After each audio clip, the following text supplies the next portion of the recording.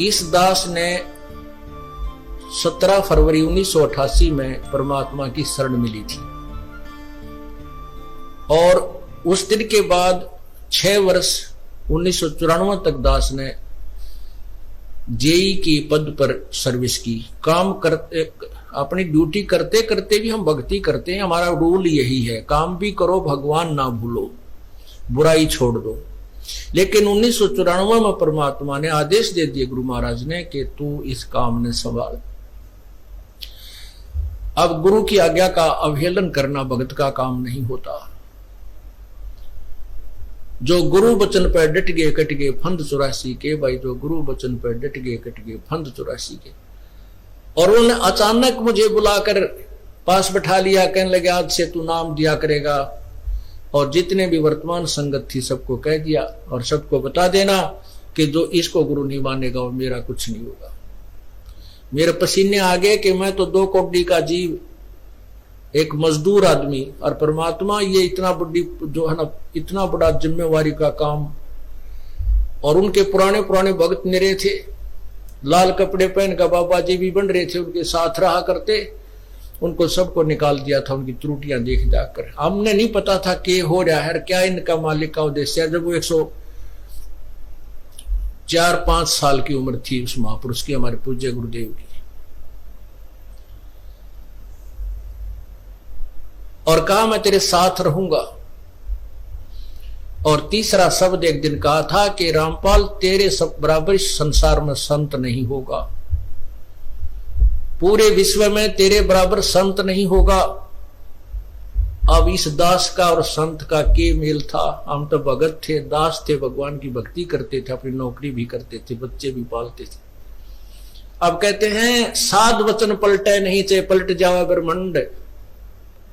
उनका वचन नहीं पलट सकता, उन्हें जो कह दिया सो कह दिया। तो वही ये फल गया। नहीं हमारी तो घर के ना सुने थे, शुरू में अकेला नाम ले रहा था। बालक भी तो बालक छोटे थे, वो तो घर जैसे कहूं था मान जाए थे, उनकी मां नहीं माने, फिर मेरे माता पिता नहीं माने। अगले भाई पुरानी लाग के ऊपर छोड़ना, बड़े साके में पा आया। फिर परमात्मा से अर्ज करी, धीरे धीरे वो समझन लागे। ना सुनते तो भी बोले जानता बावड़े की तरह। तो धीरे क्यों कान न कैसे बंद करेंगे वहां बैठे हुए। तो ये ऐसा निर्मल ज्ञान है, एक बार अंदर गया सुबह कैसी सिरंजा जनते काम करेगी दवाई। तो धीरे धीरे कान के माध्यम से ये दवाई भेजी जाती है। और आज देख लो रंग ला दिया परमात्मा ने। उस परम पिता पूज्य गुरुदेव जी की शब्द शक्ति से सब काम चल रहा है और कबीर परमेश्वर हमारे सिर पर रहते। तो परमात्मा उस दिन के बाद सन 1995 में इतने 21 साल के बाद इतने पाठ हम घर घर पाठ किया करते थे। 3 दिन पाठ करते थे और 1 दिन पहले जाना पड़ता था। ये दास स्वयं सेवा करता था, घर घर जाके उनके सब जहां हमने पाठ करने का स्थान देखना होता था उसकी सफाई करते थे। कईयों का देख कर कमरा होता बड़ा सा, उसी में पाठ भी करना, उसी में खाना भी बनाना, उसी में खाना भी उसी में, सोना भी उसी में।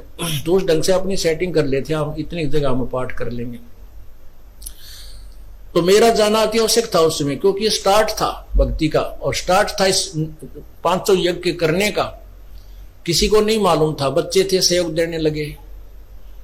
और धीरे धीरे फिर वो क्या हुआ कि इतने पाठ हो गए कि मुझे नौकरी, पहले तो क्या करता था, शुक्रवार को पाठ प्रारंभ किया। शुक्र ड्यूटी करके सामने चले जाते बृहस्पतिवार को, शुक्रवार को रात में तैयारी करते, शुक्रवार को शनिवार को अब पाठ प्रारंभ करके अपनी नौकरी पर चला जाता, फिर शाम ना आ लेता। शनिवार इतवार की छुट्टी हो जाती, काम चल रहा था। वो हफ्ते में हुए, फिर होने लगे डेली। अब अफसर भी दुखी और मैं भी दुखी।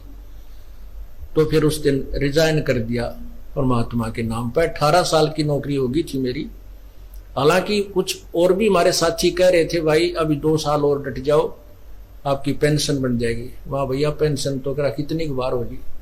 जो पेंशन ई बनेगी ना, या कद्दे नहीं बनी थी, या असंख्य जन्मों की पेंशन बन जाएगी।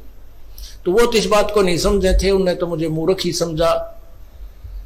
और दास की सौभाग्य था कि मुझे नौकरी या मजदूरी मिल गई भगवान की।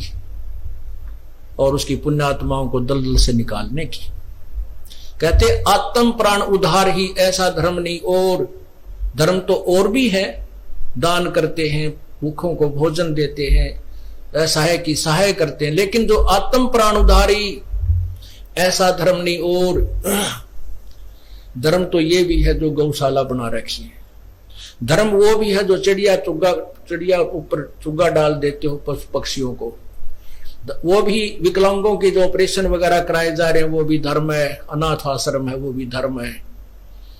लेकिन जो आज गौ है उनकी सेवा कर रहे हैं, अच्छी है, क्योंकि कोई भी प्राणी है, चाहे भैंस है, पशु है, कोई किसी प्रकार का, सबकी सेवा हमने इसी दृष्टिकोण से करनी चाहिए, क्योंकि सब में एक जैसा जीव, वो भी धर्म है। लेकिन अब तो वो आज वो गाय है, आज कोई भैंस है, और जन्म होने के बाद फिर वो सूअर की जूनी में जा सकती है, उस बीमारी तो कौन छुटाएगा उसको। तो ये ज्ञान, ये भक्ति, ये आत्मा इस जीव को उद्धार करेगी। वो फिर 84 लाख योनियों में नहीं जाएगा, या तो मनुष्य शरीर होगा, नहीं सतलोक चला जाएगा। तो कहते हैं आत्म प्राण उद्धारी ऐसा धर्म नहीं। और तो इस दास को ये आत्म प्राण यानी जीव आत्मा के उद्धार की मजदूरी मिल गई, और हरस शुक्र मनाता हूं प्रभु, आपने कैसे दया करी 2 कोटि के जीव पर। और ऐसे निर्मल भगवान की महिमा, ओए होए होए, जिसके नाम लेते हैं रूंग रूंग खड़े हो जाते हैं। उसके बाद परमात्मा की ऐसी महिमा हुई, अब मुझे इतनी खुशी होती है। कैसा निर्मल समाज तैयार हो रहा है। बीड़ी, शराब, मांस, तंबाकू, उसको देखकर भी राजी नहीं है। अब ये पुण्यात्मा दोनों हाथों दान करते, और हम पहले लूटन पर लगे रहा करते थे,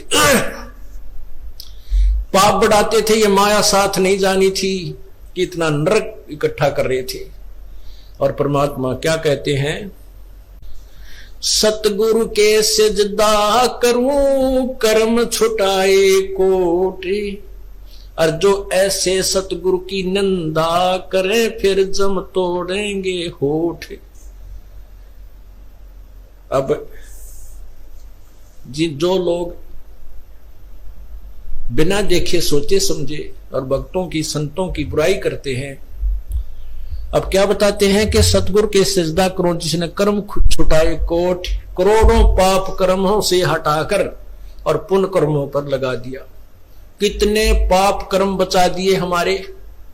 और जैसे ऐसे सतगुरु की जो निंदा करते हैं, कहते हैं उनके जम तोड़ेंगे होठ, यम के दूत उनके इसे लठ मारेंगे, चाहे कितने लागो, मुंह पे, होठा पे। होठ इसलिए कहा कि इस पर ज्यादा दर्द होया करे, सोई भी बुढ़ी आया करे। तो कहते हैं वो जम तोड़ेंगे होठ जो बकवाद किया करते थे, संतों की निंदा करते थे। नित्यानंद जी महाराज ने यहां तक कहा है, भाई तू ना मानता ना, ठीक है अपना और काम कर ले, और कुछ कह सुन ले, पर संत की निंदा मत करिए, ये तेरे लिए बहुत जबरदस्त पाप बन जाएगा।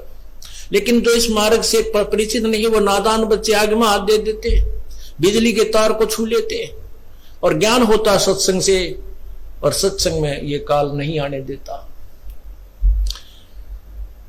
तो उस दिन के बाद परमात्मा की ऐसी रजा हुई कि बाग लाग गया भगवान का। और यही प्रार्थना करता रहा, परमात्मा तेरे बच्चे तुझे समझे पहचाने, दास को ये नौकरी दी है, इसमें सफल भी आप ही करोगे। इन लोगों ने तो आपको भी नहीं बख्शा था, जब जिसमें आप यहां आए थे काशी में 120 वर्ष रहकर गए, सारा जीवन आपके पीछे पड़े रहे। उन दुष्ट आत्मा स्वार्थियों ने अपने स्वार्थ के लिए जनता को सत्य ज्ञान नहीं समझने दिया, और परमात्मा को बहुत यातनाएं दी गई। अब उनकी जो यातनाओं, उनके साथ जो हुए संघर्ष को देखकर इस दास का दिल डटा हुआ है कि हमारे साथ तो अभी कुछ भी ना हुआ है। जो उस परमात्मा के साथ कितना तेल के कढ़ाई में डाल दिए, कितना काट काट के घेर दिए, कितना कुएं में डाल के ऊपर तो डले ठोक दिए, और फिर भी डोके न पाए। वो तो समर्थ थे, और जनता कुछ नहीं बिगाड़ सकी और ना ही उनको समझ सकी।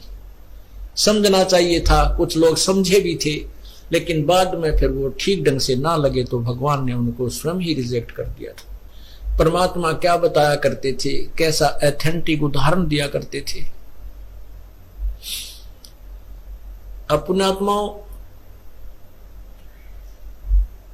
क्या बताते हैं, भाई सिर साटे की भक्ति है और कछु नहीं बात, सिर के साटे पाइयो अवगत अलख अनाथ।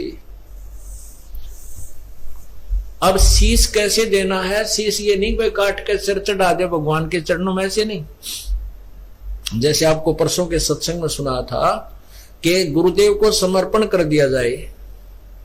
समर्पण का अर्थ यह है कि जो आज्ञा दे वही की जाए, चाहे वो बुरा लग रहा है चाहे अच्छा लग रहा है, उसमें हमारा हित है, अति हित होता है। और संत क्या कहते हैं, भाई बीड़ी शराब मांस तम्बाकू ये मत पीना। संत कहते हैं चोरी जारी नहीं करना, डाके ना डालना, किसी की जेब ना काटना, ये महापाप है तेरे लिए। अपना करके खाना बेटा, भगवान भजना, इससे तेरा कल्याण होगा। और हम यही वचन नहीं मानेंगे तो फिर यहाँ स्कूल में आने की आवश्यकता क्या है, इस विद्यालय में सत्संग में आने की आवश्यकता क्या है। हम गलतियां भी गलती पे गलती करते रहे और फिर सत्संग में भी आ रहे हैं तो वो फेल हो जाएंगे विद्यार्थी, वो पास नहीं हो पाएंगे।